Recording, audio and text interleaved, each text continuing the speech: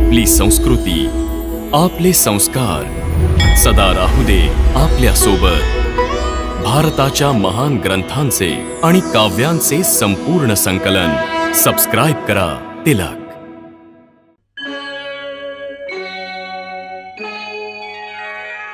हे कृष्ण, जनकल्याणाकरता हे सांग की सर्वात श्रेष्ठ यज्ञ कोणता आहे? हे पार्था, द्रव्य यज्ञाच्या तुलनेत ज्ञान यज्ञ अत्यंत श्रेष्ठ आहे. कारण मानवाचं सर्वोच्च कल्याण केवळ ज्ञानशक्तीनेच होऊ शकतं. ज्ञानच मनुष्यास चांगलं वाईट, पाप पुण्य, धर्म अधर्म यांची ओळख करून देतं. इतकंच काय, ज्ञानाच्या द्वारेच प्राण्याला भगवंतांच्या स्वरूपाचं खरं ज्ञान होतं. हे पार्था, ज्ञान तो अग्नी आहे ज्यात मानवाचे सर्व दोष, दंभ, अहंकार आदी अवगुण भस्म होऊन जातात. इतकंच काय, पण भक्तीचं मूळ देखील ज्ञानच आहे. काय म्हणालास? भक्तीचा उगम देखील ज्ञानातच होत असतो? हो अर्जुना, ज्ञानाच्या पर्वताच्या शिखरावर पोहोचूनच मनुष्याला हे ज्ञान प्राप्त होतं की ज्ञान पर्वताच्या शिखराहूनही अधिक उंचीवर ते निर्मळ आकाश आहे जिथे भक्तीचं राज्य आहे. हे केशव, जसं की तू म्हणतोस की ज्ञानयोग कर्मयोगापेक्षा श्रेष्ठ आहे, तर मग तू मला कर्म करण्याचा आणि युद्ध करण्याचा उपदेश का बरं देत आहेस? मला संहार करण्याची प्रेरणा का बरं देतोयस?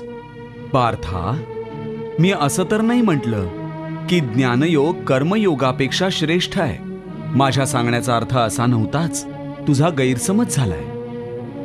हे पार्था, जसं साधारण दृष्टीने बघताना एका नगरात येणारे दोन रस्ते दिसत असतील, एक पूर्वेकडून येत असेल, दुसरा दक्षिणेकडून येत असेल,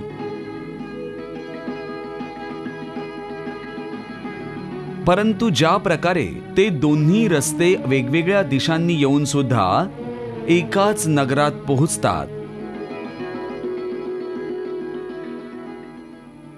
त्याच प्रकारे ज्ञानयोग आणि कर्मयोग दोन वेगवेगळी साधनं आहेत, परंतु त्यांचं लक्ष एकच आहे. आणि दोन्ही मार्गांनी साधक ब्रह्माचीच प्राप्ती करून घेतो.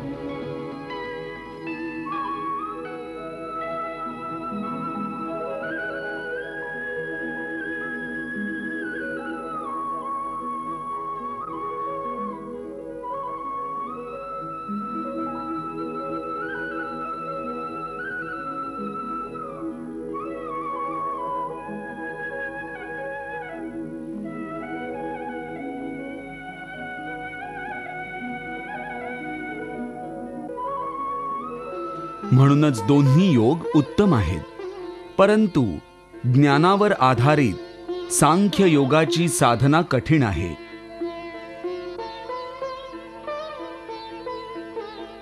त्या तुलनेत कर्मयोगाची साधना सोपी आहे.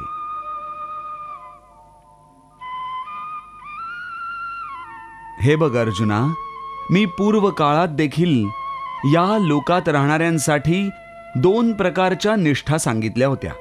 ज्ञानी लोकांसाठी अथवा संन्यासींकरता ज्ञानयोगाची आणि योगींसाठी अर्थात कर्मयोगींसाठी कर्मयोगाची.